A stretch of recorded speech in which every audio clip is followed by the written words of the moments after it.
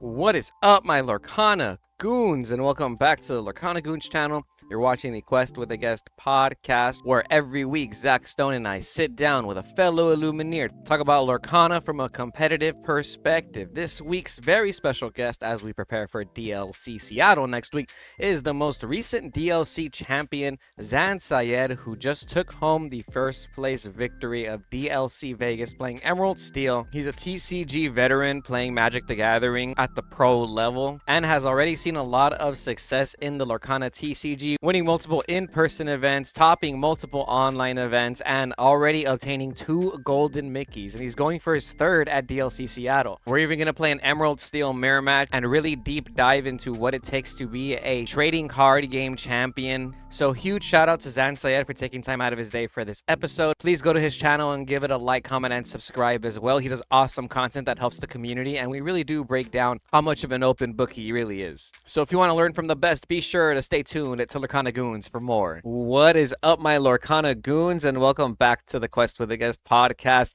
This week, we're hanging out with the most recent Disney Lorcana champion, hot off his Vegas win, Zan Syed. How are you doing today? Doing great. Thanks for having me. Yeah, if you guys don't know who this is, he won DLC Vegas with Emerald Steel. He's the reason why you're seeing Prince John, Diablo, and Ursula's back in the meta at your locals, and he's the reason why a lot of these cards went up in price too. So if you're watching us from the Market Watch videos, yeah, this is the reason. This guy's the reason why Diablos are now like $200+ for the enchanted rares and $200 morphs, and a lot of it is because you were you and the finalists were playing them on screen too, the actual enchanted rares. We're here with our co-host Zach Stone, and I do want to say a huge shout out. Thank you, Zan, for joining us this week. I know you're a very busy person. You're obviously grinding the Lorcana scene, winning tournaments back to back to back, and you're giving us the time to really break down your perspective on the metagame. So I really appreciate that. We were just talking about how you're an open book and how you don't believe in like gatekeeping testing, and I was actually going to bring that up to you as a question, probably my first question, because one of the first videos really caught my attention from your YouTube channel, which, by the way, go like, comment, and subscribe to Zan's YouTube channel. Very helpful. Was this video? I think it was for the DLC in Chicago or Fort Worth. I forgot which one, but you straight up posted your entire deck list and you said, "This is what I'm playing for the DLC." And I watched the video and I was like, "This guy is really just sharing his deck list the week of the tournament." And I don't think, and I was watching the video and I'm like, I don't think he's trying to be misleading and being like, "Oh, I'm going to play something else." Like, I genuinely think like, "Oh, Zan's just out here trying to help people be good at the game. That's broken."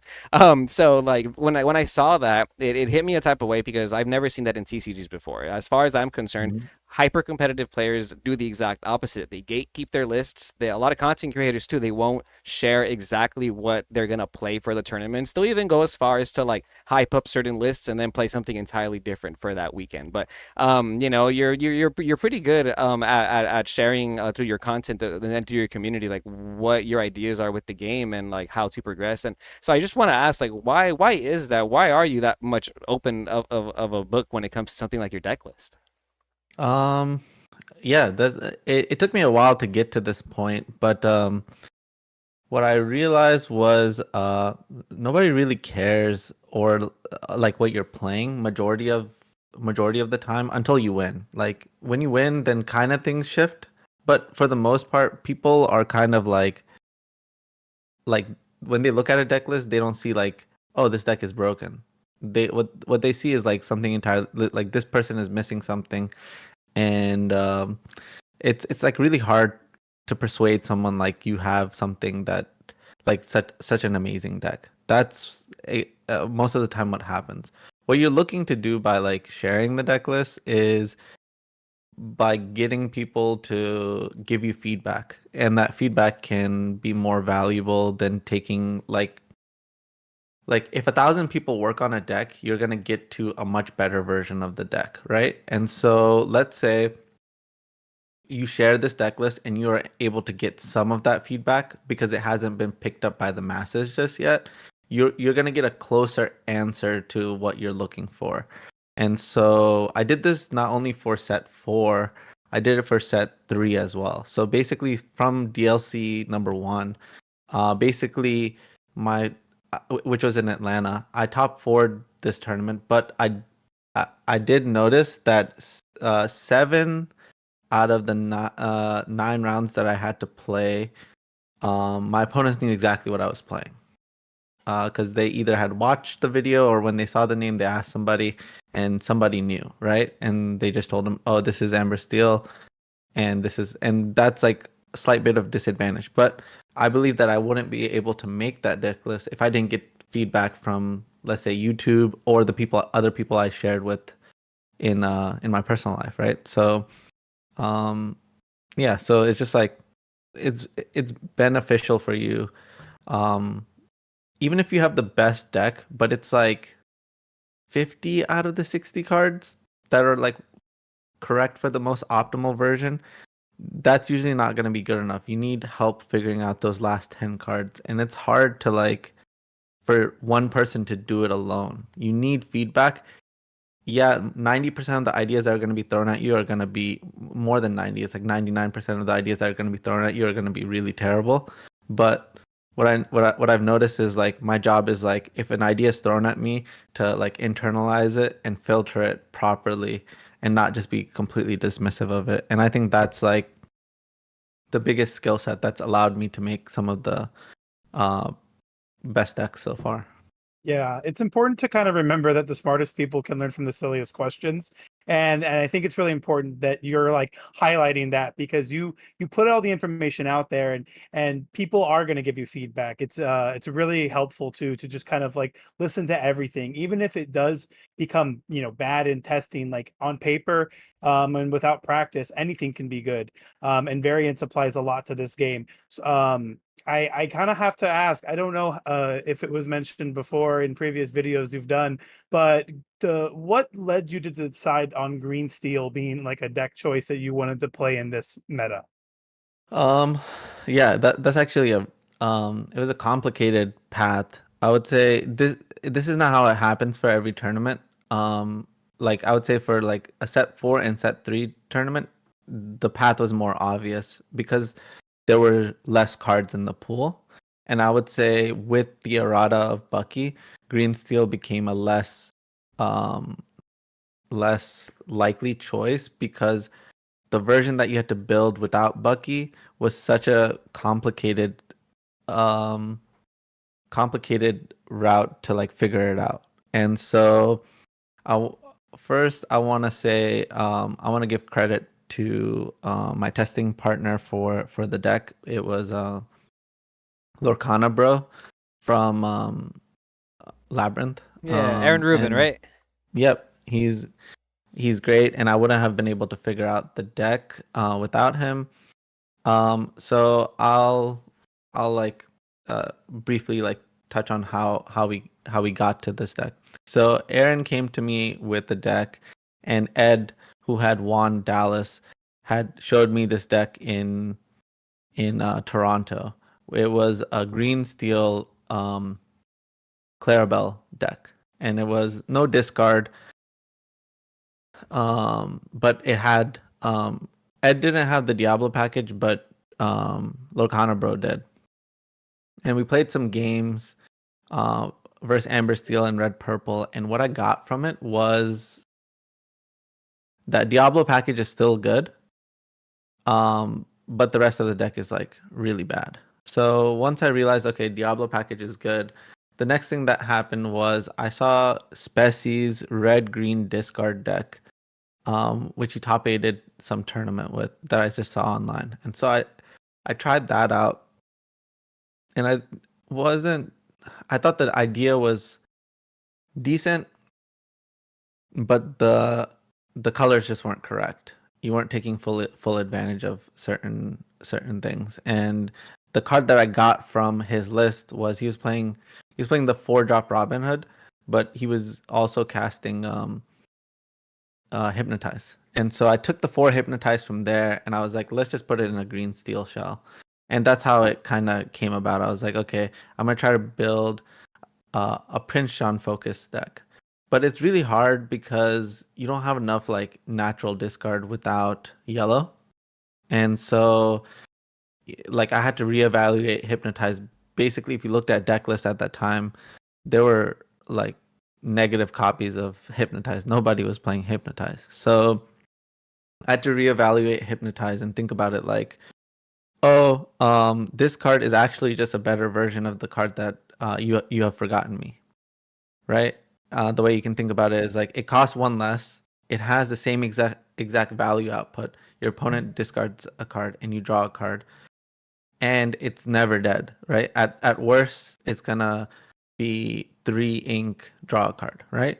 And so once I figured that out, then I started building the shell around it, around Prince John, and that was really complicated because um, no one really played 5. We don't talk about Bruno besides the yellow green shell, and like for that, what kept happening was whenever I shared the deck, people would be like, "Oh, let's cut some hypnotizes, let's cut some we don't talk about Bruno." And that made testing really difficult because I shared it with good players and their feedback was always like, "Let's cut the discard."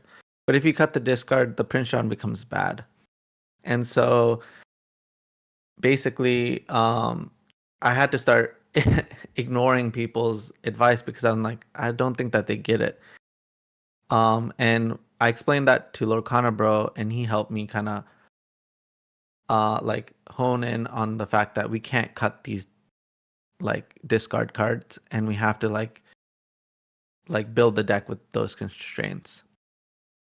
And I was working on the deck literally up until the tournament. So if you look at my list from Friday, which was they had like a 2 events. I think it was a 10 a.m. and a 10:30.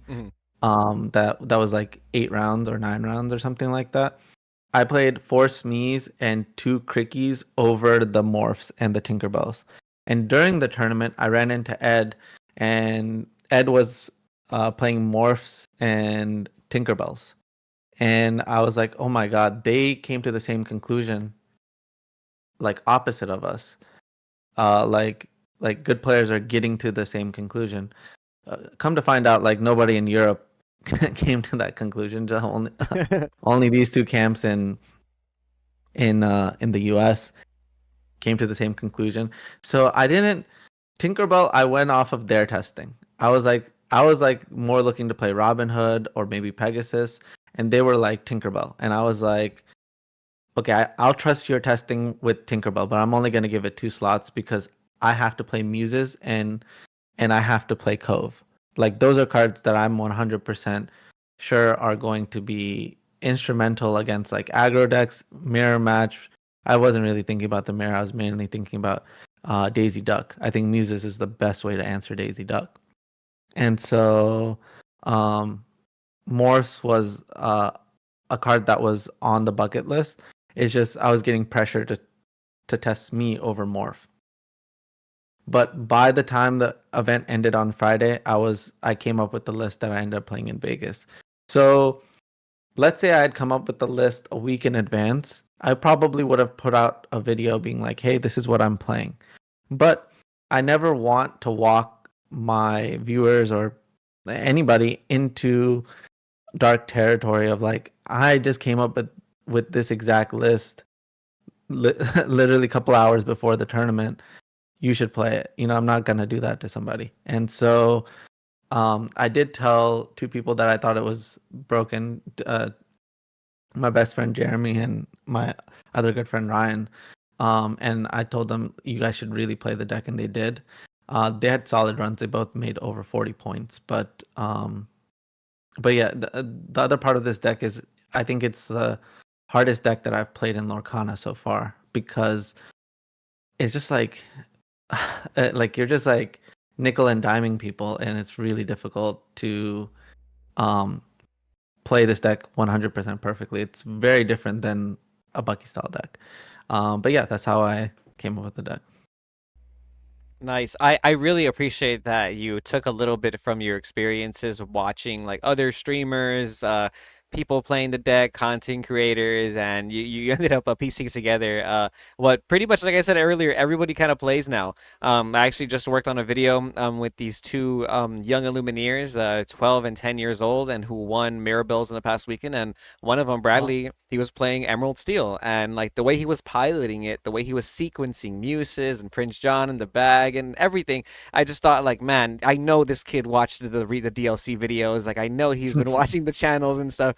Like it's a hard deck to play. You just said it yourself, and I know after watching your content too, like I kind of appreciate your perspective on the game because I've heard you say before that it's not just about copying the deck list. You know what I mean? With a deck like Emerald Steel, you can copy the deck list. Like you said, you can give it to like people, the public, and be like, hey, this is what I'm playing tomorrow. But if you know it's a hard deck to pilot, then there's a chance that people aren't going to see those same results that you've seen. I think you said it in your most recent video that the time to pilot, to learn how to pilot, to learn from those mistakes is not there right now. To, let's say, pick up a deck like that for Seattle, and if you've never done it before, and you said without Pixelborn especially, which I have to agree, Pixelborn made the learning process for a lot of like in general decks or just a play style a lot more easy to learn from, I think. How does one like kind of start to learn from their mistakes? Because I think losing is something you have to learn to do in TCGs, right? And oftentimes people will pick up a deck and they'll play this deck and be like, "This is trash." Like, all right, like I don't like this deck. This is incorrect, you know. But then you pick up a deck and you showcase its like true power. Like, what does it take? Is it something you're born with? Do you think somebody can just simply learn how to pinpoint their mistakes? I mean, it just takes losing. I mean, I think that most people learn. I mean, I think everybody learns more from their mistakes than they do from the wins.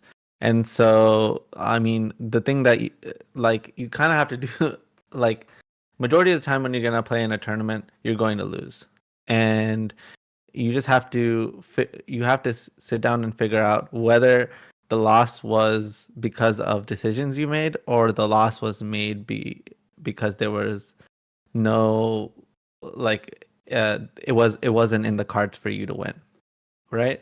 And so whenever like something I always like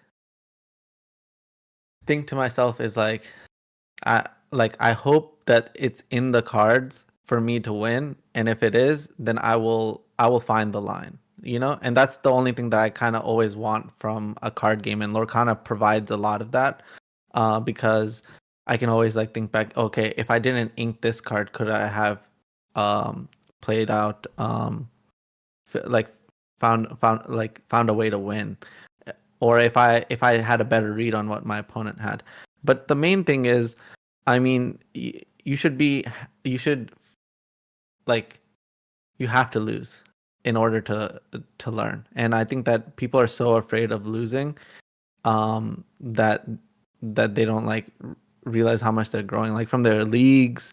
If you go to your first tournament and you lose every single round, like people are like, I'm out of the ticket contention, I don't want to continue playing all of the rounds. I think that's not the right way to look at it. Oftentimes what you will see for me is in between rounds, I'll go sit next to somebody and just watch them play. And what I'm trying to watch is like, okay, how many like what would I have done in their spot? And I just try to keep doing that. And when they end up taking a different line, you kind of see like a domino effect of like things kind of fall apart. And you'll start to see like either what you'll see is that let's say you come stand watch me play green steel and you're like I wouldn't have made any of those decisions. That just gives you a base of like I need to reevaluate, or Zan is making a bunch of mistakes and like he probably needs to reevaluate. But that like what that has sparked is like a question of like either I'm doing it right and Zan's doing it wrong, or I'm doing it wrong and Zan's doing it right, and I need to figure out why those decisions were made. And whenever you ask those questions, I mean, whenever you answer those questions, you will get closer to winning these tournaments. No, that's actually really good that you talked about it. I kind of want to even go further in that question. So when you're watching somebody play or pilot a green steel deck, what are like the biggest mistakes you're seeing green steel players make? This is actually a really hard question to answer in Lorcana because there's so much context required. It's kind of like if you guys have played chess, they're like chess puzzles. But in Lorcana, like there's so much more than just that chess puzzle because you have information in what they inked and all of this other context on how they've been playing what you believe is in their hand.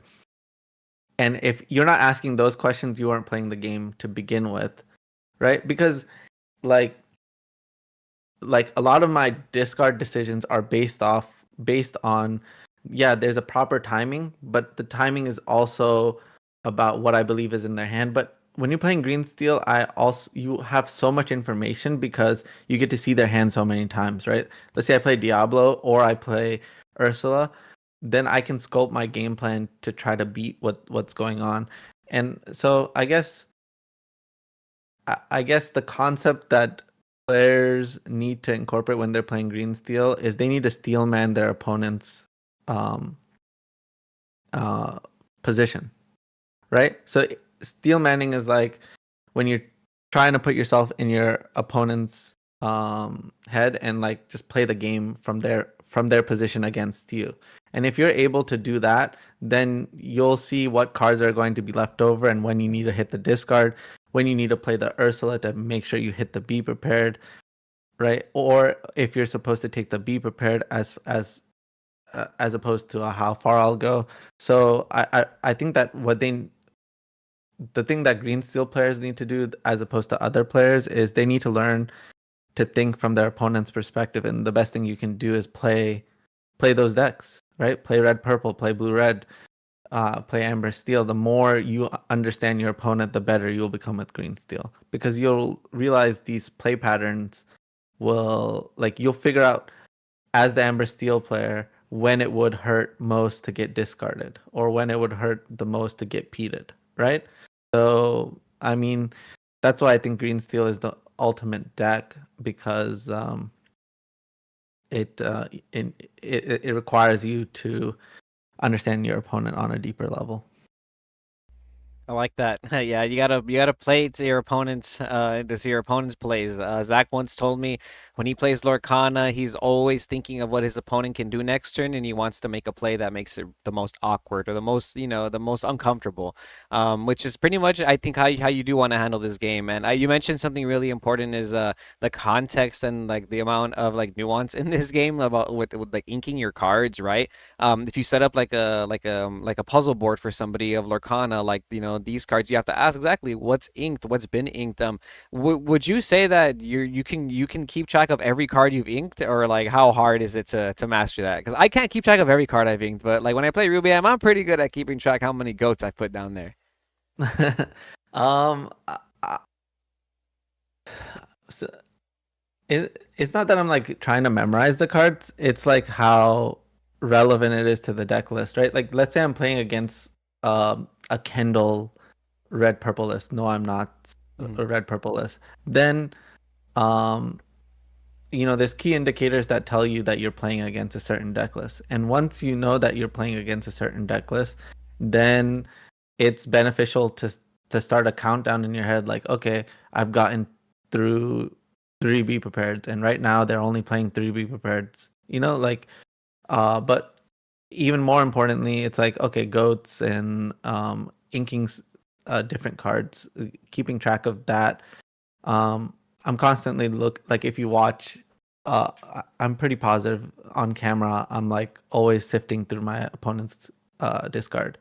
And like like they're just subtle reminders. It's not that I'm exactly just memorizing everything. It's more so that I'm like trying to um like take in the information and like keep keep a count of like what I've seen and how it can impact the game.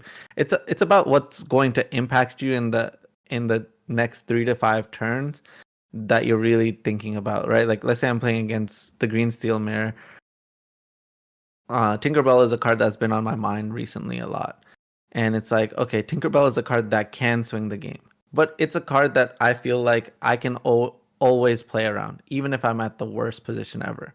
So if my opponent has a morph, what are the chances that a Tinkerbell is actually going to connect with one of my cards?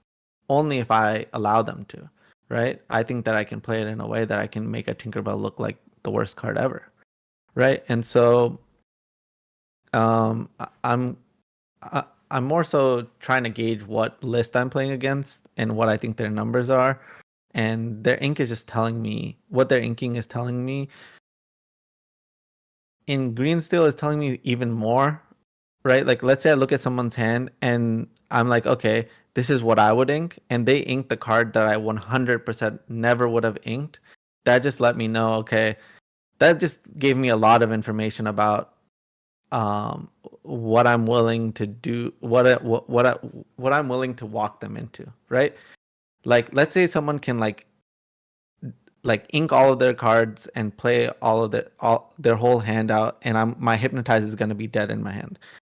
That actually gave me a lot of information because they ink something that I never would have inked. That I'm like, this player is more likely to keep that last card in their hand and be greedy with it than actually just ink it with Fishbone Quill. And so I will take more risky lines based off of how my opponent's playing. And that's like something that I can tell you right now, but to teach someone that it takes a long, like I need to teach so many, like we have to get a good base and core of the game, and then we can be like, okay, now you need to learn about your opponent. Right? Yeah. And that gets a little bit messy, but I just want to put it out there just so people start thinking about those things, because people are like, I did everything perfectly in all my games, and I'm like, no way. No way. Like the only reason why I'm at this level is because Magic helped me, and other TCG experience helped me get to this point, right? And so, um, when you think you've reached the top of the mountain, there's nowhere else to progress. I promise you, in Lorcana, this is the most skill intensive um, card game to ever be created. Like I'm 100% sure about that right now. Wow, And people. so Wow. Okay, have you said that before on any other channel? Because people are gonna be angry about that one. I love that. it's not particularly close. Like okay, this game is like a child of Magic, right? And Mhm. yeah, you can say Magic has like a lot more text on that card. That's not what makes it more complicated or like more difficult. The thing that makes it more skill intensive is let's say you have 7 cards in your hand and you have to decide what to ink. You making that decision to ink a card is sometimes more decisions. I would say majority of the time more decisions than a Magic player has to make in entire matches or games. So on turn 1 and on turn 2, by the time you get to your turn 2, sometimes you're like, it's like you've played like 10, like three games of Magic or 4 games of Magic. And so now if you think about it, like over the course of a, like for example, for Vegas on Friday, I got 4th place. I never lost. On Saturday, I got I finished in top 64, never lost, and then I never lost on Sunday. Like you can only like take advantage, like you can only have results like that if like the game allows you to, right? Like you're making micro decisions correctly. And with Amber Steel, like I would more so look at set 3 in Atlanta as a better example, because I'm playing a deck that everybody else knows about. I've already won a tournament with it. Only the micro decisions I make are going to be able to differentiate me and someone else playing the same exact list, which was still a lot of people. It was definitely more than 15%. I think it was like 20% or 25, somewhere between 20 and 25% of the field was playing Amber Steel within 5 cards of the same list I was playing. And so in this game, like it's just the most skill representative game I've ever, like we're living in a renaissance for card games. Yeah. Like it's crazy. Yeah, no, it makes me feel real good that you said that because, I don't know if Magic is the only other game you played. Like I was mentioning, Zach and I played Yu-Gi-Oh before, and in Yu-Gi-Oh, I didn't really have the same results, but it's a little bit different. Like obviously, the decision making, with inking is so important, and your mulligan too. I think those are like the key things in Lorcana. And when I play test with my friends, I don't know if you do this, but when I play test with my friends, we play open-handedly. We show our ink so that we constantly know like that's what you inked that turn. Maybe this card could have been on the field instead of in your ink well. Maybe that would have made an entirely different line or domino effect like you were talking about. And yeah, I'm learning that is really hard. But like I think a lot of it is just practice. A lot of it is really engulfing yourself in the love of the game. I imagine you don't play Lorcana full time. Nobody really does.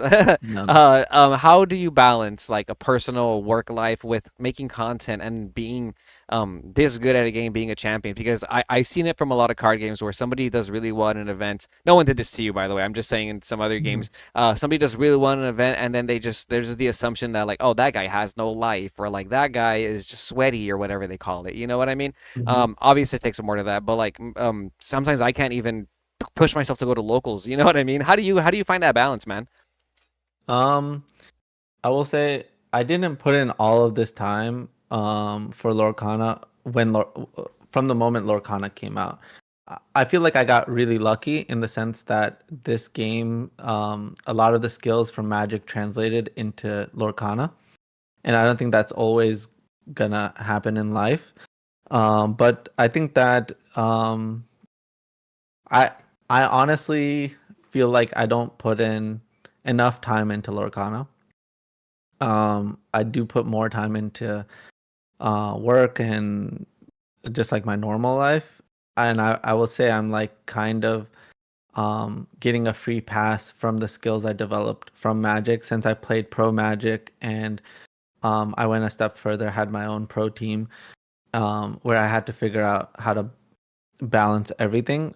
But at that stage in my life, I was living in um in a team house where we only talked about Magic, right? And so I developed like a quicker way to test and also just like I'll I mean I'll just think about matchups in my head and different card choices in my head and just like um the like in terms of my memory I the thing that I forget is the name of cards, but I remember what cards do Oh. and kind of like think of it like I'm always constantly trying to put cards in and be like, okay, how would it affect this matchup? And so let's say I'm commuting, I can just like I'm like thinking about ideas and how I would try them out. And so when I meet up with friends or I go to locals, I'll just try out those ideas. So oftentimes in locals, my record will be not as good as in tournaments because I'm spending all of that time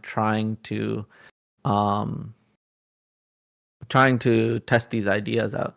And then when it comes to the actual tournament, I'm able to execute those ideas. I feel, I But yeah, feel, sorry, I didn't interrupt you. I feel okay. so validated by you saying that because I feel like I am the same way. I scrub out at every locals, bro. I'd be playing some random stuff, but you gain, like you just said, you gain so much more from losing. Like you learn so much more from losing those I'll add games. context to this. Kevin will take monocolored decks to set champs. Hey, that was so fun. Things like that are just, and you know what's crazy too is that like doing that really also taught me a lot about the player base in the game because I went through a whole set champs and none of my opponents realized they were playing against mono emerald. They all thought I was on emerald steel. So I realized like people don't even pay attention to what you're really inking. Like it wasn't until like my last round opponent, we're both in a bubble where they're like, I didn't see a single steel card, and I'm like, I'm not playing any steel, and they're just like, what the heck? You know what I mean? And just it's that assumption of like you said, knowing the deck list and stuff. So if you guys are keeping track of deck lists, which is very important, definitely don't let it be the end all be all. But yeah, do whatever you can to have not necessarily an edge, but to stay prepared because that's another thing too. Like I don't think you're giving yourself enough credit. You're talking about deck lists. You make content. You're obviously keeping up with the trends and whatnot. You have your circle of friends. It does take a lot. But thanks for breaking that down for me. It does kind of reassure me that I am doing the right moves and like how to go Yeah. about my play testing or like how to look at the game. In terms of content, one thing I don't do with my content is like I would like to eventually do it maybe in the future when I have more time. But even when I was uploading like every day, I was like literally record. It was a one game, one time take. Like that's it. And I didn't play any more games of Lorcana that entire day. And I would record it right before I left for work and just upload it right away. And then I just had like a formula that took me like 1 second to like just make a thumbnail. And so um but I felt like I did stream Magic for a bit, and so I felt like I had some knowledge that I wanted to give to people, and even if it wasn't the prettiest way to deliver it, that hopefully it would help some people, so um everything in my life right now is like kind of based off of time efficiency. I totally get what you mean. Time efficiency is kind of like how I go by my day-to-day routine as well. So you mentioned like preparation and as far as like testing with like proper sequencing and all that stuff. I kind of want to ask what type of headspace are you putting yourself into while you're playing? Because some things that I like to do, and you mentioned this when you talked about in your other interviews, is you try to ask questions to gauge on what your opponent may be or may not be playing and gaining information. Because I personally like the table talk, and I like to always say that there's a game you're playing before you actually touch your cards, Yeah. and there's a lot of like stuff that goes into it. Someone I from Yu-Gi-Oh has told me time and time again that there's a player in the space who kind of built like a reputation for himself, and that alone allows him to like go into like a match like before the game's even started. His opponent's already like, oh, I gotta play against this guy, oh my gosh. So what type of psychology do you think you like to apply into your into the moment when you're facing against your opponent? Yeah, I mean, a lot of things are happening in the moment. Since I have so much tournament experience, I'll just like have a natural conversation and try to take stuff away from it. So, I mean, one thing is that I will say that probably happens is like where someone's from, right? If it's a local versus someone who has traveled, the local person's willing to be more risky. So I would like in Lorcana, I would say the risky decks are usually hyper aggressive decks. So like if we went back to Vegas, I would probably say, you know, purple purple yellow is like a risky deck that's like a small percentage of the field that has had good results and is probably farming blue red. And if it's like a local person that's like, let's say I'm playing them at for 3-0, I would probably be like, okay, I'll put them on this color combination.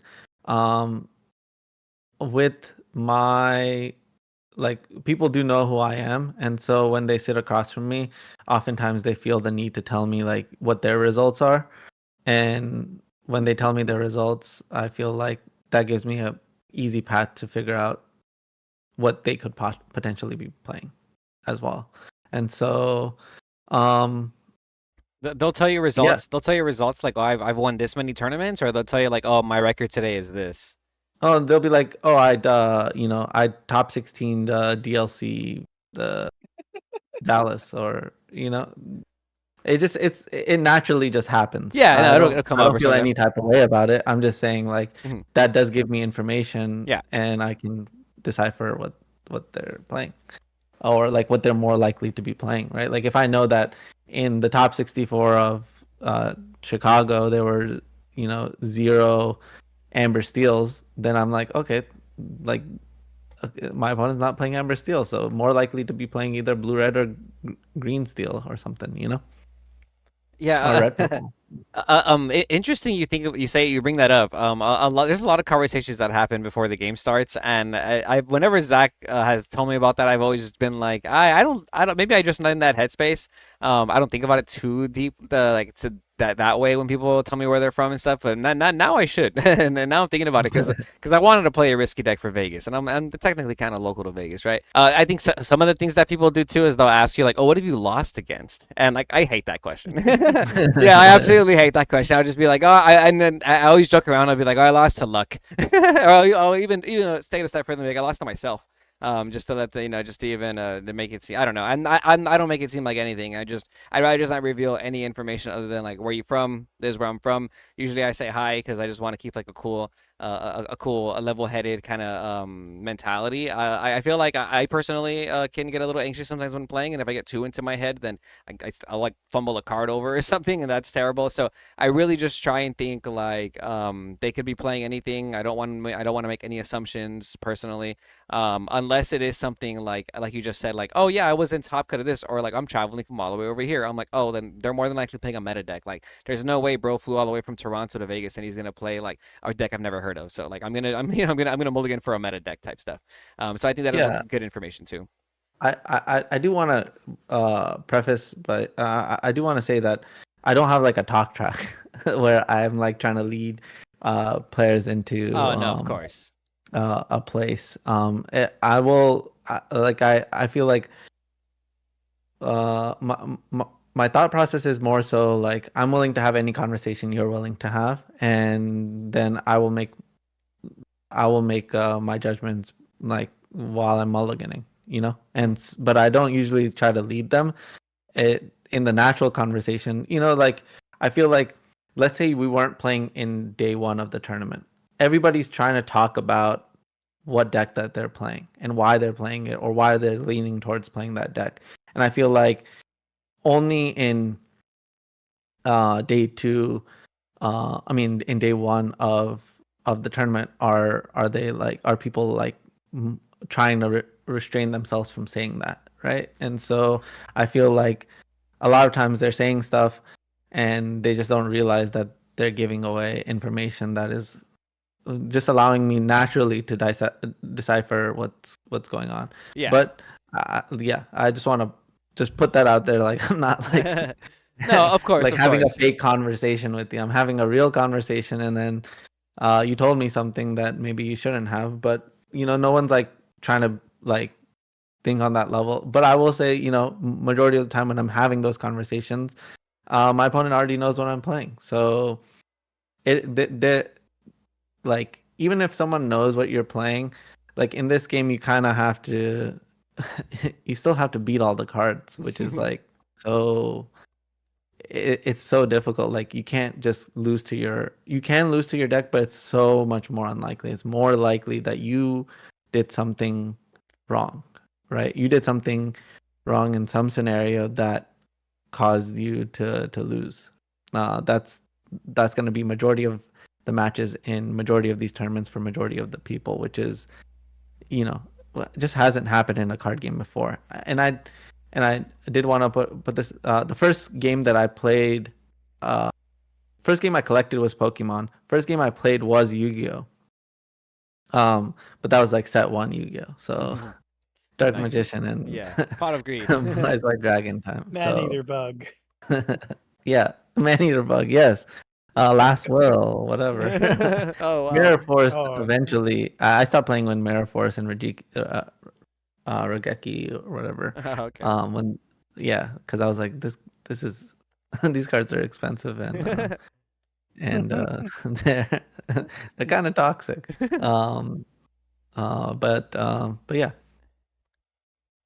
Yeah, man.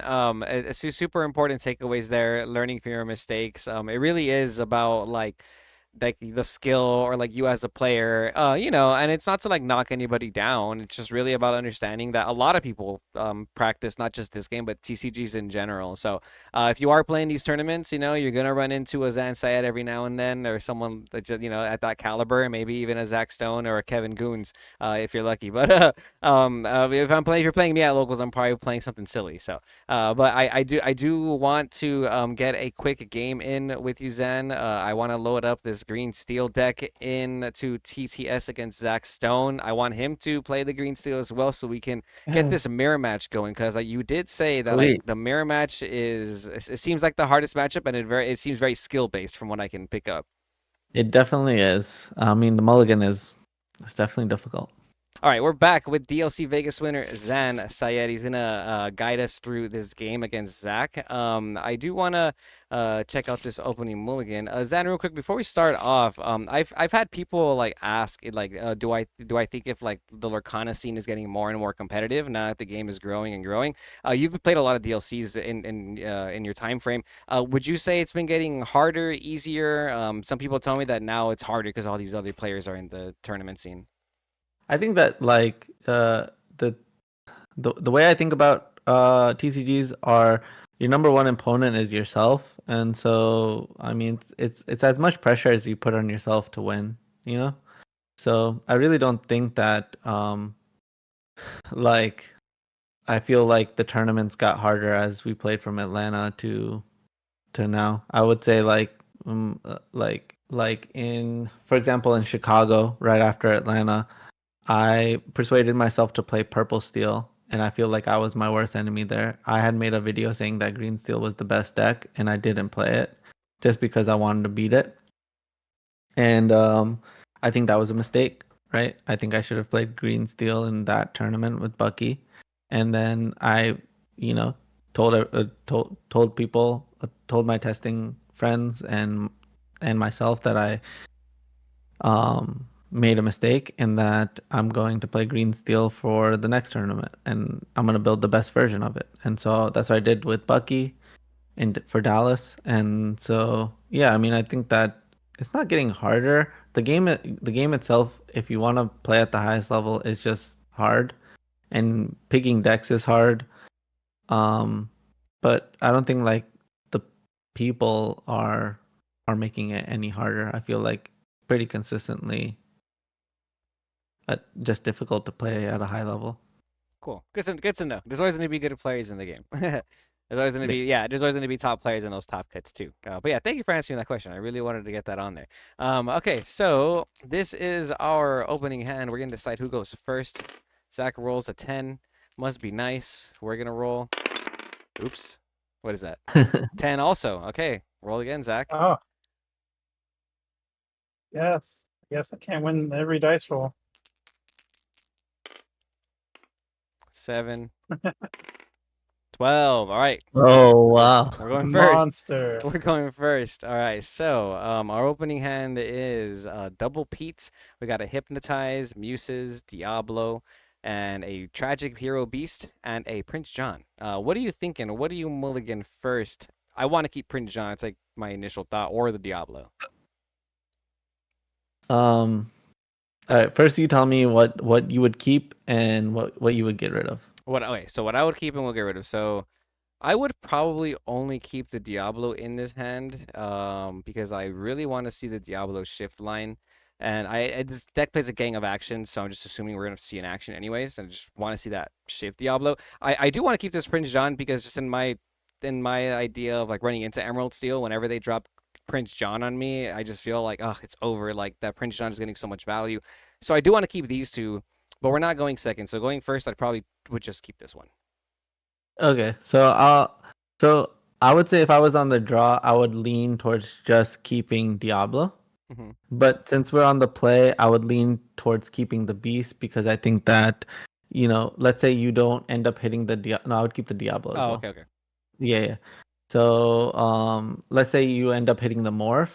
At least you can I'd your opponent is most likely going to still take care of your Diablo, right? And so, it gives you an out of being able to go morph into Beast Okay. and deal with your opponent's Diablo. And the way you should be thinking about this matchup is it's all about um, dealing with the opposing Diablo, early Diablo, and that's when the game starts. And that's when Prince John becomes good. But Prince John should never be in your opening hands. It's a 100% just mulligan it every single time in the mirror match. It's almost like I think that in 0% of your hands, you would keep Prince John in your opening hand. Okay, okay. in the mirror match. In the mirror match. All right. So we'll put back those 5, and we did see more, but we did see the Diablo ship, which is nice. And that beast tragic hero Mhm. is just gonna get us value. We do see a morph anyway, so yeah, I can totally see that. Okay, so we're going first. It's kind of hard to. No, we're going first, so we can ink a song and play Diablo to respect that we're playing the Emerald Mirror, right? Because we can get rid of all our Yep. songs before the Ursula comes down. Yep. I'm just gonna ink one of the Brunos. I feel like that's the one, so we have 2, and we'll play one for the Diablo. Show me the goods, Zach. All right, That's pretty juicy. it is Cove, Bruno, Tinkerbell, Diablo, another Diablo, Anna, and a Shift Diablo. Okay. Wait, I wasn't ready. No, okay. Go. All right, Oh, and okay. no, we're good. We'll just pass. We'll just pass there. All right. I get to draw. Um, for my first turn though, I wanna do this because we talked about this line. Going Cove on the draw in the mirror. So I'll pass back to you. Okay, okay. Ready your cards. Draw for turn. For turn, we draw the Prince John.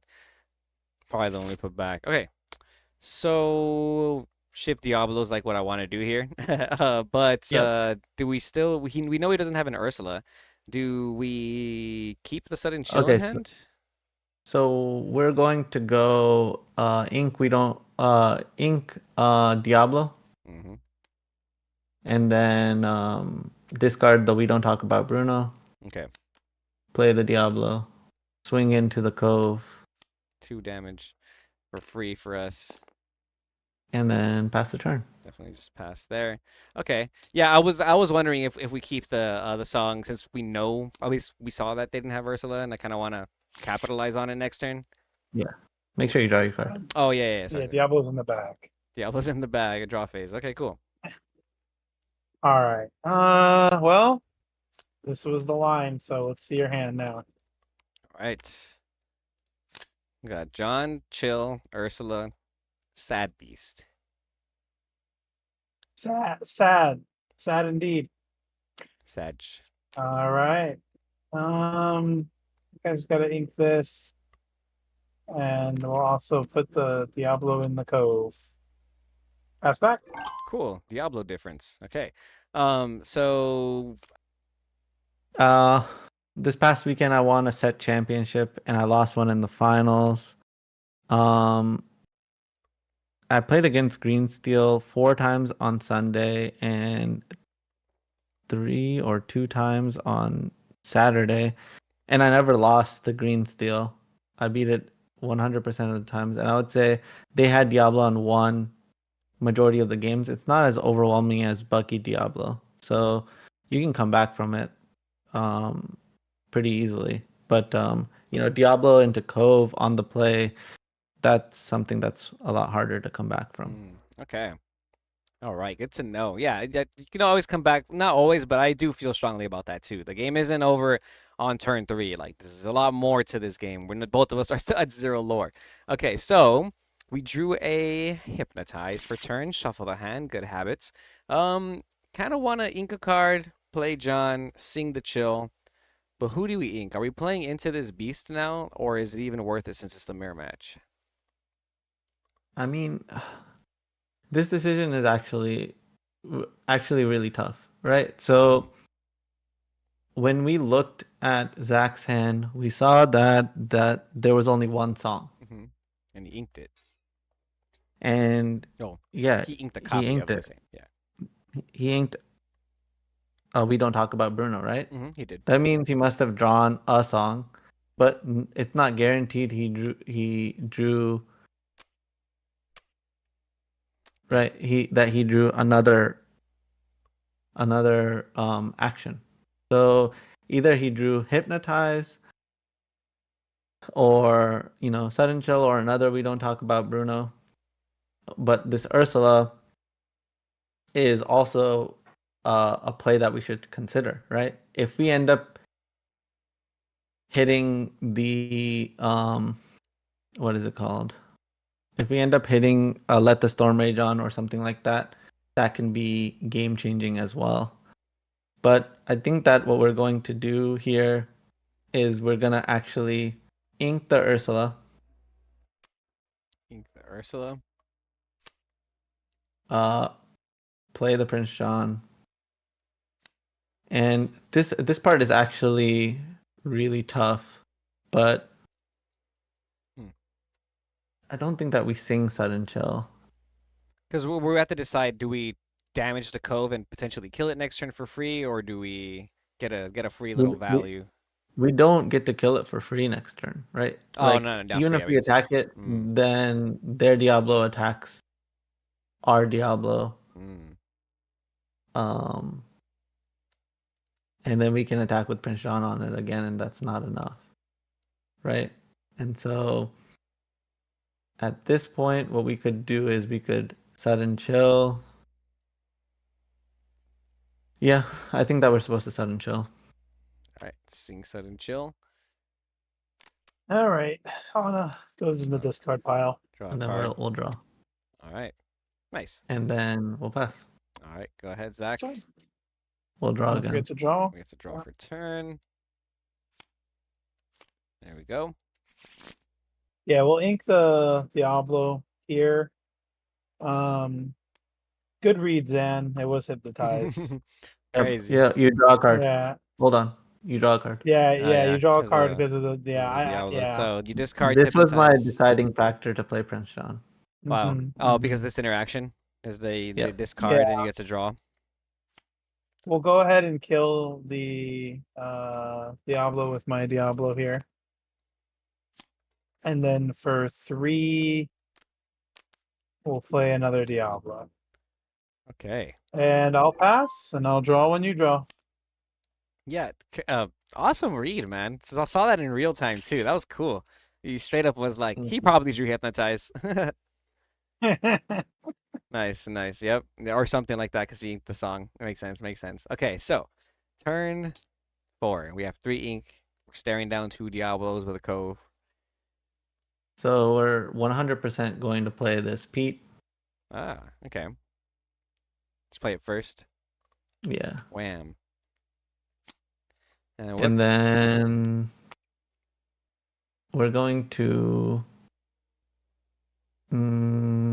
ink this. We don't talk about Bruno. okay. Believe that's the 3rd one we've inked, if I'm not mistaken. And we just pass, obviously. Yeah, Yep. okay. Yep. So why the Pete there? I'll tell you really soon. Okay, okay. Sneaky. No worries. No worries. So I'm just gonna play John and send my birds on a quest. Wow. I'm gonna pass here. I'll draw 2. All right, he chooses not to ink. Does not ink. All right. Yeah. So basically, our thought process was, um, we need to get this cove out of the way. So immediately the cove, And- and then the cove is does eliminate the Diablo. And I was also thinking like if we play this Pete and then he draws or songs off of his Diablos, now the Ursula in our hand is live because we saw earlier that there was no songs, but I feel like now there's a higher chance for there to be songs, especially on inkable ones, right? So do we just challenge the cove immediately, or what's your first line of play? Because we have cove now of our own. Yeah, this is what I'm thinking about. All right, so there's 4 cards on the other side. Definitely getting rid of the cove. And then, okay.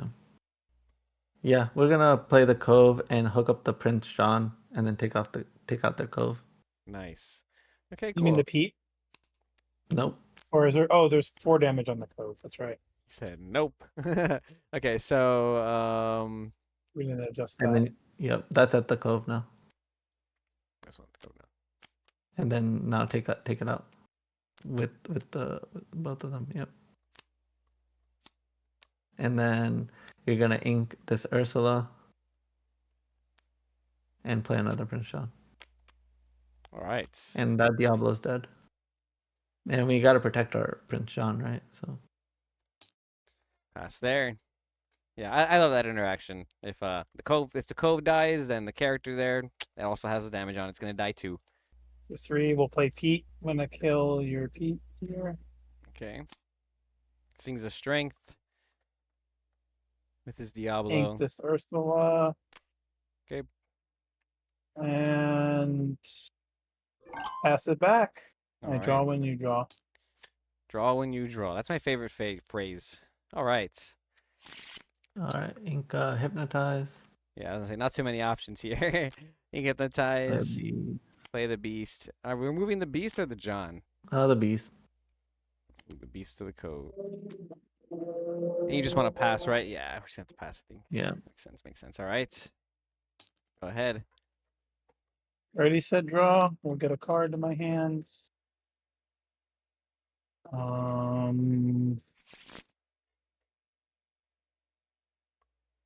Gonna play this hypnotize here. All right. Yep. Discard our own Draw hypnotize. 2. Why'd you? Oh yeah, draw 2. Duh. Yeah, it's crazy. Uh, It's pot of greed. sorry, I know you don't play green steel, Kevin. You play mono green.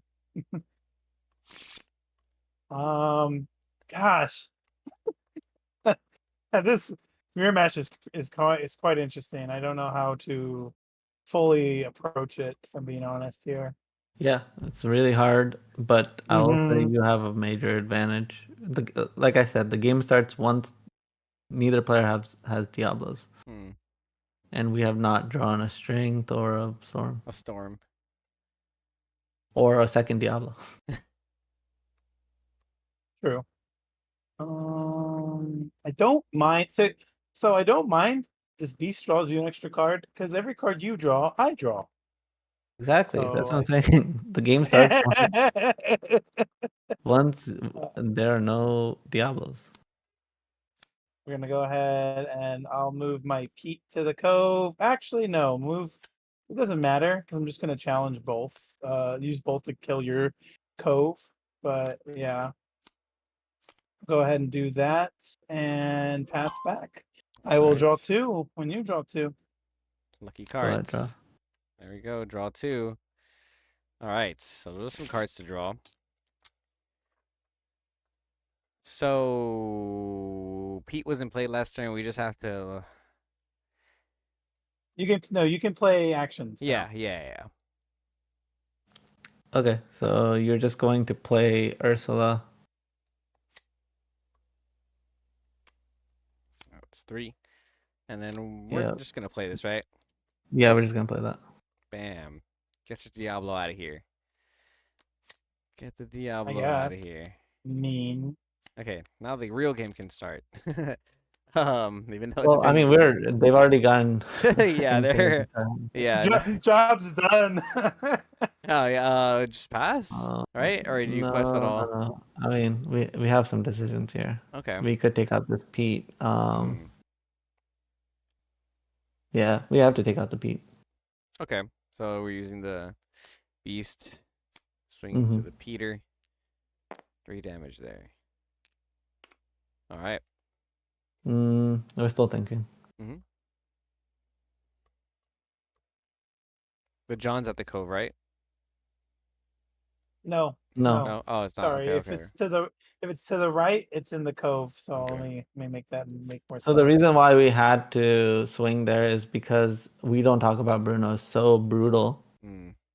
that we have to now we just need to consider like what are other things that could happen. And so I'm trying to think if we swing both of these at the cove, what happens? Nothing. Go we pass now. All right. Ready, set, I'll draw. Let's just hard cast. Let's get the Yep. beast out of here. Draw a card. Okay, I guess I'll just think the beast. And for 3, play another John. Go ahead. All right. Let's go hard at the cards. It's a song. Doesn't do much here, unfortunately. Yeah, you're just gonna ink it and pass. Yep. No Prince John value, huh? Yeah, I mean our draws have been terrible. All right. All right, so we're just gonna ink it and pass. Yep. Yeah, I mean our draws have been terrible. Yeah, I mean our draws have been terrible. All right. Yeah, I mean our draws have been terrible. We're just gonna move everything into the cove. We'll use a strength and thing to banish the Ursula. And I'll actually start questing here. Go ahead. All right, heart of the cards, draw. It's our best friend. You're just gonna play All right. 2 for the Prince John. The worst draw. Yeah, that was the Uh, worst draw. Oh, we just uh, no, we do we have to do anything else? I don't know if we do anything else, right? no, No, just no, pass. Yeah, nothing else. go ahead, Zach. Okay. Well, 1, 2, 3, 4, 5. Move them over The best draw. and just start going in. Go ahead. Okay, let's see something. Okay, Perfect. that's a card. Was Okay, it Bruno? Was it yeah. Bruno? It's the 4th Bruno. It's the 4th Okay. Bruno too, because we Okay. ate 3 of them. Sure. Unfortunately, we have to do it on the beast, right? Yep. Okay. That yeah. It's, All right. this wouldn't be for content if it wasn't a Bruno off the top. So I like it. Okay. All right. 1, 2, 3, 4, 5, 6. Okay, Zach. That's fine. That's fine. Just you can pick. This one. Sure. Hit hypnotize. All right. Draw 3. Draw 3. Let's go. Okay. Some cards there. All right. Inca Beast. Sneak a beast. And we're gonna play our Play best Pete. friend, Big Pete. No. We'll pass there. Pass. Oh man, if we can come back from Alright. this. We can come back from this. I Let's will see draw. see some stuff. That's crazy. Okay, hold on. So I'm at 9, 5, 14. Crazy game. I actually really like it, but scary. Inked Beast. What's like it's like the worst thing that I could deal with. Can't quest with his Johns now. Yeah, we're just gonna move our good old Beast Stone over into the cove. And just quest with the Pete games here. I don't think I can risk anything else. Go ahead. All right. Ready. Draw for turn. 8 ink. What do we draw? Just play both, right? That's pretty good. Oh, Okay. Play both of them it's and then take out the cove. 8 ink. Slap both. Back to back Pete. 3, 4, What is 5, 6. happening? And we're gonna take out the cove. This is a game, is what's happening. The Diablos are gone. The game is on. We'll see what happens though. This is definitely an interesting one. Definitely a close one. Yeah, I mean we're down like 6 cards. Yeah, no, Draw yeah, we're definitely 2. not. Oh. Dude, I feel like I lost now.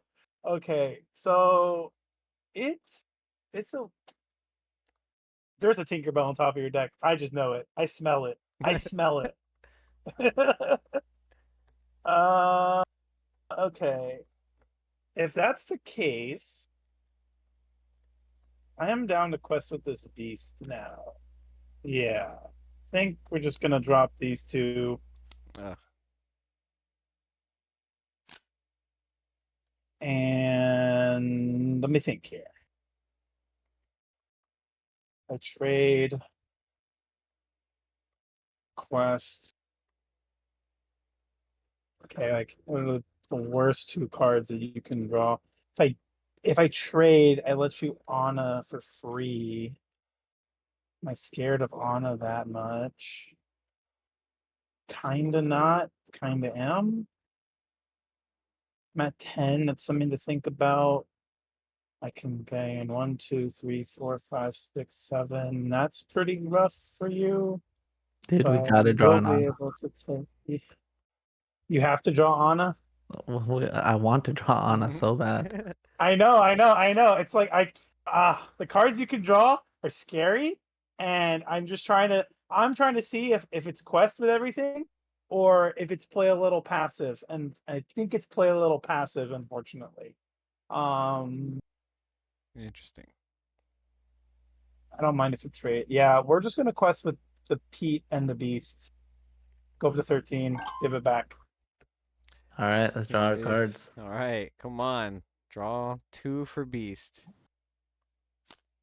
Okay. That's something. That's pretty good. That's pretty good. Okay, yeah, All right. yeah.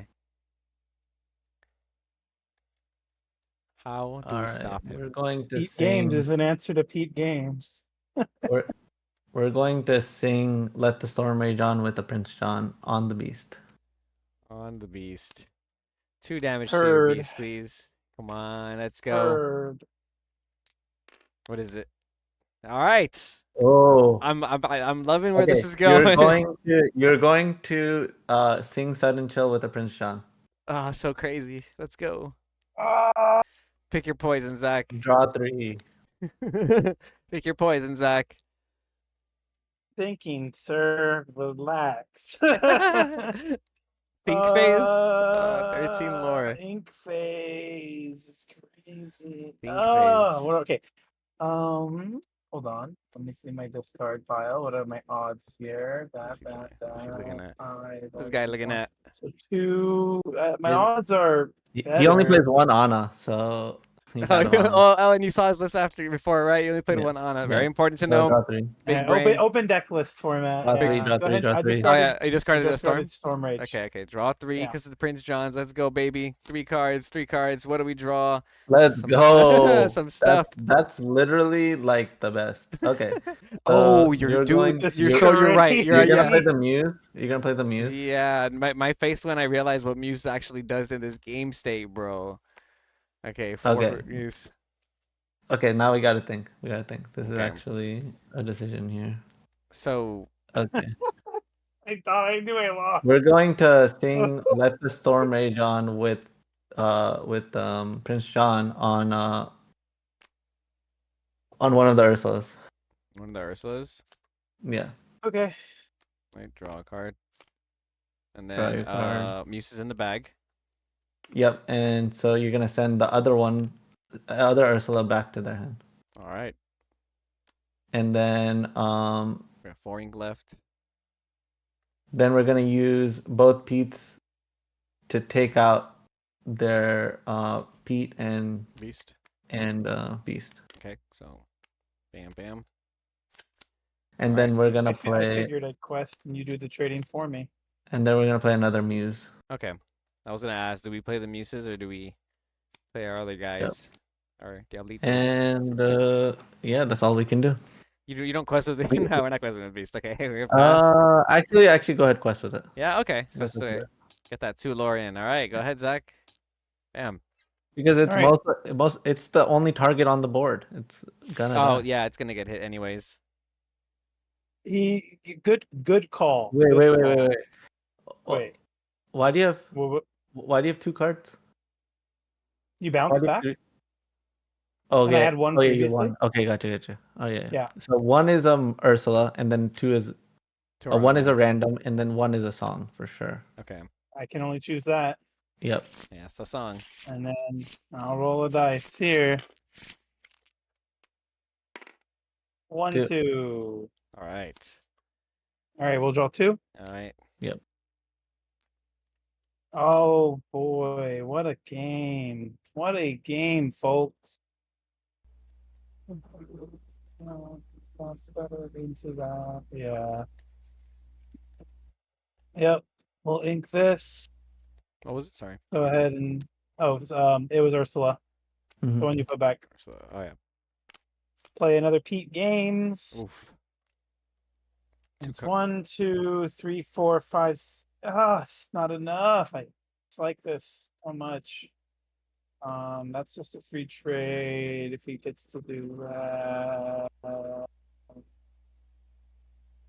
I think it's just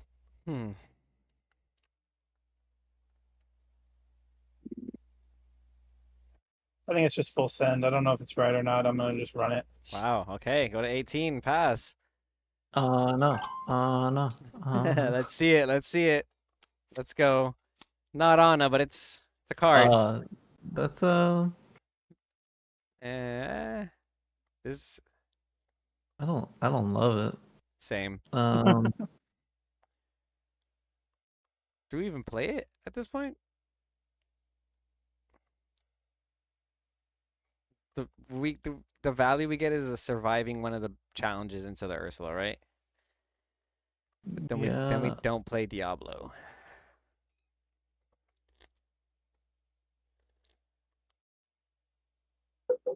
Hmm. 18. So take it out. Take it out.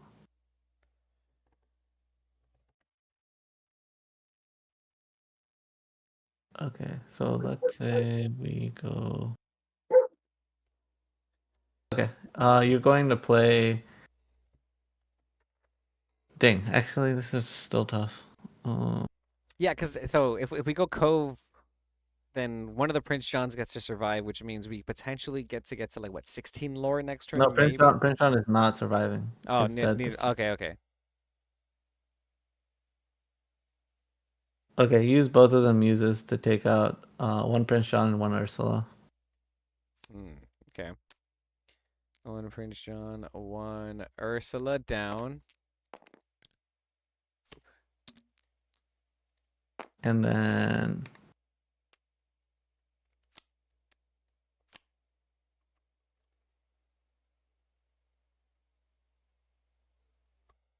yeah, you use two Prince Johns to take out a Prince John.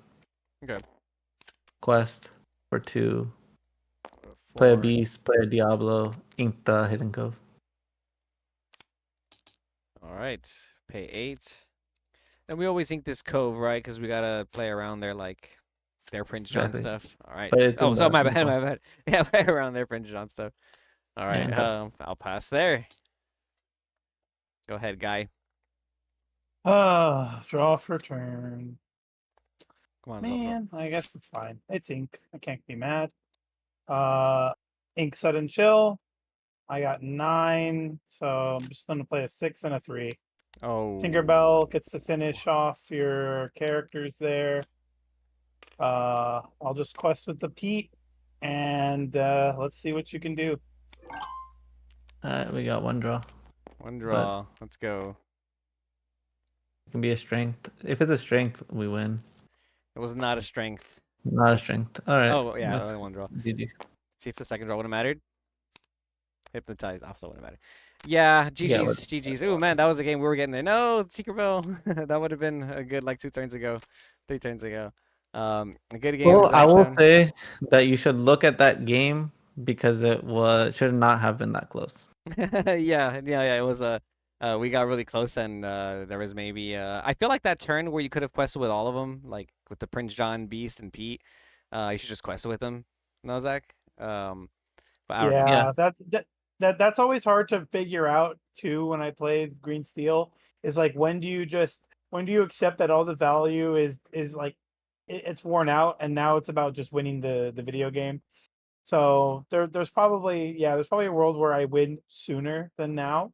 Draws are very favorable for me. I did skip an ink, but I went and thought back to what Dale said to us. It was that this deck can play on 3 ink for a long time, and you don't need to keep inking to get past a certain point, especially if Exactly. your cards don't say so. Like, you inked a beast when you Yeah, had 4 ink, and then you inked a Tinkerbell when you had 6 ink or 5 ink. So those are 2 cards at that point in the game. I don't think that it's like probably like a 80-20 where you never ink it, right? Unless you have to. And so in this spot, you still needed to, since you inked a Tinkerbell, it lowered your chances of drawing a Tinkerbell. But okay, cool. Cool. Awesome. That was an exciting game, and yeah, that was sick. Cool. All right. Thanks again, Zansad, for guiding me through that battle of Emerald Steel. You made it really close, even though we felt like our draws weren't the best and we're at that disadvantage. You still put us in a position where we could have won that. I do want to look back at that and maybe see where Zach could have like ended the game sooner, like we were talking about. But yeah, Emerald Steel. Difficult to pilot. There's a couple of situations there where I was thinking, oh yeah, we just do this and this, and you kind of corrected like what the proper line probably was. And now that I'm thinking about it, it kind of does make a little bit more sense with the way you're playing, taking into consideration a lot of things like, oh, he just inked that. We don't talk about Bruno, so that implies he probably has another action for that Diablo shift. So you were just patiently playing around stuff like that, which is really cool to see in real time. I know you have a bunch of experience with other card games, and I know that to you, like this is something that's so natural. Do you plan on playing the DLC Seattle, Continentals, et cetera, et Oh, cetera? yeah. I mean, gonna be in Seattle 100%. Try to get that third Mickey, and then Third, third Mickey is crazy. Yeah, third Mickey is crazy, dude. Like I'm over here yeah. struggling trying to get back to that top cut. I mean, I feel like it would be an accomplishment. I think there's multiple people who've got. I think it's like three people who've gotten two Mickeys. I'm not sure who they are, but but it would be cool to be the only one who got three, right? So that's that would be cool. And then Continentals, 100% going to that. I mean, we still don't have all the information. I'm hoping that as soon as Seattle ends or at Seattle, they start telling us like, okay, this is what you can expect for Continentals. But I'm sure the pricing is gonna be freaking awesome. Awesome, man. Yeah, I'm super excited as well. I'm excited to go to DLC Seattle. I hope to see you there. Thanks again for joining us today and breaking down not only how to play the deck that you've basically put into the spotlight, but just also like your mentality on playing these card games. I was honest when I said that I feel like it takes a lot out of me personally. So like to see certain players such as yourself like do consistently well and prioritize like your real life stuff along with like their passion for card games is really inspiring because like I also want to be a DLC champion one day. So Yeah. it's really cool to hear from you and to hear your story, and I look forward to seeing the rest of your journey in Lorcana. I like that this is the game you're playing. I think this game needs players such as yourself, people who are gonna like showcase what they truly believe is to be like good information for the people, not gatekeeping stuff. And also like knowing how to like play the game and hold people accountable to playing their game and stuff. And you bring good vibes to the table, bro. Like I really appreciate the interactions I've had with you before this in general. Like I obviously like I've heard of you who you are, so I was like, oh man, that guy's like a pro. So it can be a little intimidating, meeting people in real life or even having to play against them. We haven't played yet, but it'll happen in Top Cut. Watch. Yeah. But yeah, man, thanks again. Are there any shout outs that you want to give before we call it a day? I was just gonna say on my boogie board, I have Lorcana Goon sticker. So Yay, that's right. that you gave me, and yeah, Means a lot, really, um, it does. yeah, no problem. Thanks for having me. Do I have any shout outs? I mean, Lorcana is the best game ever. Keep playing. Cool, man. What about like team wise? Like, do you have a team that you're You must. representing right now? Anything like that? No, I think that I'm gonna do the solo route for now, but maybe in the future we'll see. You heard it here first, guys. He's riding solo. He's representing himself, representing Atlanta, if I'm not mistaken. Right? Are you from Atlanta? Yep, There you go. I'm originally from Atlanta. Yep. Nice, representing Atlanta, Georgia, Zan Syed, one of the best players in all of Lorcana, and I say that proudly. Glad that you're able to be here to be our guest today. And by the way, I wanted to ask you real quick, how do you feel about being like ranked in like the top players in North America from that Pixelborn poll tournament that's going to go down? Mm, I'm trying not to internalize it. I think that I think that when like inflating your ego can be bad for competition. Of course. So you need to still stay in that growth mindset. If you can maintain a level head, then you'll have a longer career. But if it happens with card game players where they start to feel like they deserve to win, and their results will start to plummet because of that mindset shift. So, you just gotta stay level headed. There's so many. I mean, we got content. I feel like it's just a phase. It's a recency bias, right? I just want Vegas, but next week it'll be someone else, and the week after it'll be someone else. So, I mean, hopefully, I mean, I can win Seattle, and the recency bias continues. But for now, I mean, I'm just gonna keep jamming and see, like, I don't let, let my career end, right? For that to be solidified. So we'll see. Nice. You guys That's heard Go ahead, Zach. Yeah, those are great points. Zan, you've been an amazing guest, and I honestly had the pleasure to have to face against you and Kevin. But before we send you off, I want to know personally. This is a Disney trading card game we're playing. So, what is your favorite Disney movie? Your favorite character from that movie, and why? Yeah, I mean, I love Mulan. Mulan's my favorite. I'm also playing Mulan on what is it? Disney RPG, Pixel Oh RPG. yeah, yeah. Yeah, Oh, yeah. Mulan's my main in my little group. But yeah, I mean, Mulan, the soundtrack was amazing. I mean, I just love the story. I recently watched Raya and the Last Dragon, and got to see Sisu in action.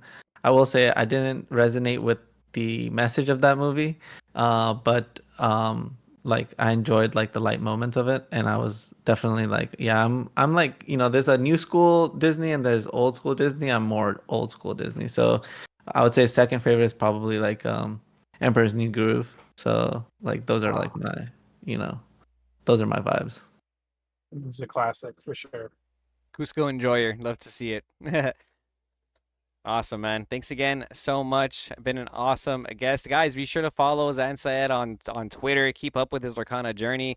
He posts a lot of information on his YouTube channel. I can't stress that enough. People like this, they are a gift to the TCG community. You learn so much. So please go like, comment, and subscribe to his channel. And also Lorcana Goons if you like more content as well. Be sure to stay tuned. Once again, we appreciate you guys, and we'll see you Goons next time. Peace.